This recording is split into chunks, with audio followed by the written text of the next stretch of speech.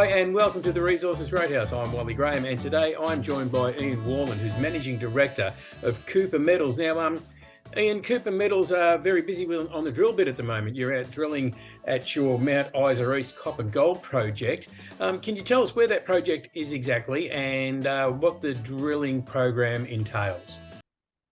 Yeah, hi Wally. Yeah, so we've got a large copper gold project near Mount Isa. So we've got around 1,600 square kilometres of tenure there, and it's all within about 50 to 100 kilometres of Mount Isa there. And we have a number of targets that we've been delineating and building our pipeline of targets over the last 18 months. And this is the latest in a series of 5 prospects that we're going to be drill testing in that region. So we're doing around 1,600 metres of RC, which has just started, and all of those prospects have strong geochemical footprint, and 2 of them have coincident VTEM anomalies associated with them as well. All right, so you say you've got 5 prospects out there. You've obviously identified targets within these prospects. So which targets are they, and why these ones in particular? Yeah, well, I'll start with Raven and what we call mafic sweats.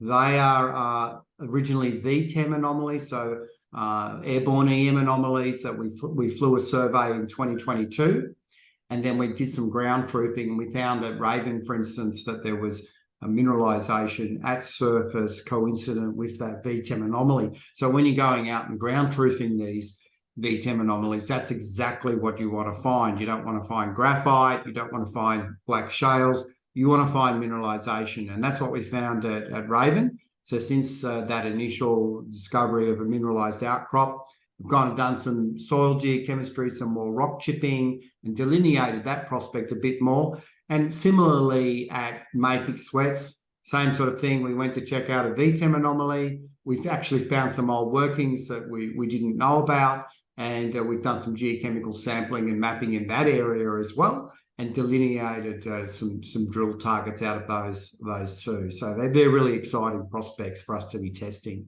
All right. Well, it sounds like all the work that you've been doing thus far is sort of really supporting the idea of going out and doing this exploration work. You're getting results that sort of do speak to your efforts. Oh, exactly. We believe in boots on ground. We've got a lot of outcrop and subcrop in the Mount Isa region. There's numerous old historical mining occurrences as well to check out. So we get out on the ground, follow up anomalies, follow up the geochemical anomalies, the geophysical anomalies, and try and build robust drill targets. Now, I'm calling this a scout drilling campaign because it's 5 prospects, 1,600 metres. So it's an initial drill test where we sink, 2 to 4 holes into each of these targets. And if we get an economic intercept, something that looks quite good, then we'll plan some follow-up drilling, soon after as well. So this is just the initial scout drilling test to see, is this worth doing a larger RC program on? Yeah. All right, and of course, once the drilling's done, you'll be awaiting assay results, and I suppose, like everybody, you sort of wait on the labs. They're very, very busy, so you just got to wait for all that to come through.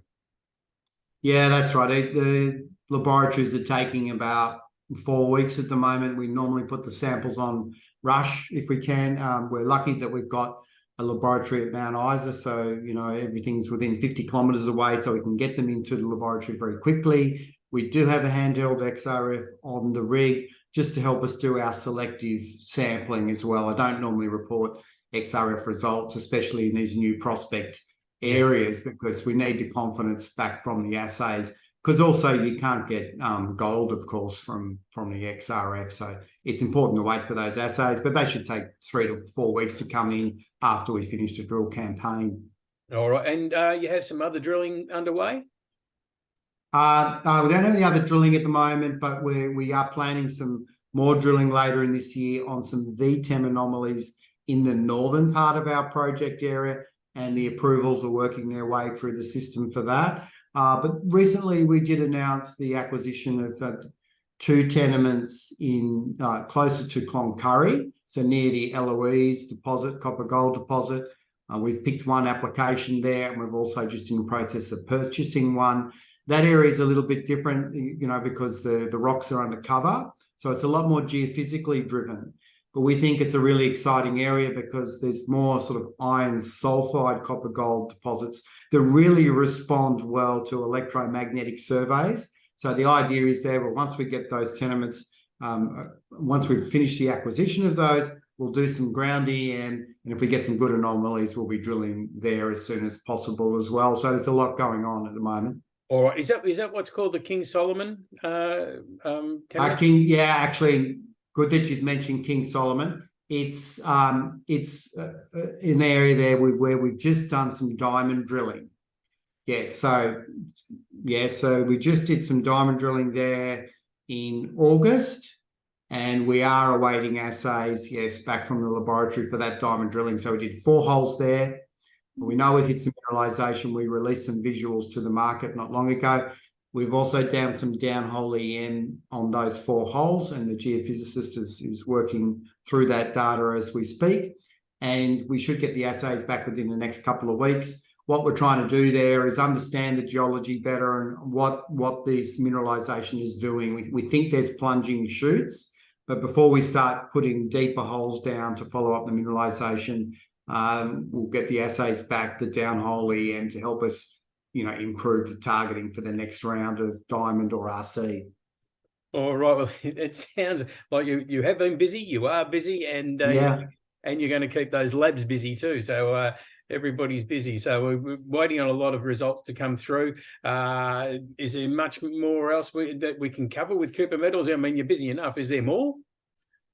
Well, there's always more, but I don't want to overload those listeners. We've started work again in WA. We've had the Guru project since we listed in late 2021, but we hadn't been able to get on the ground there too much to date. But now we've started that program up again there, and we've been doing geophysics and geochem, getting ready for a drill campaign in that part of the world, probably early next year, I would say, at Guru. So it's just for your viewers there. Guru is in the Gulliver Greenstone Belt. It's not far from Silver Lakes, a deflector mine. So that, this deflector's got about 1.2 million ounces of gold in it and some copper. It's an exciting, underexplored area. We've got a greenfields targets there, and we'll be hitting that harder, later this year and early next year.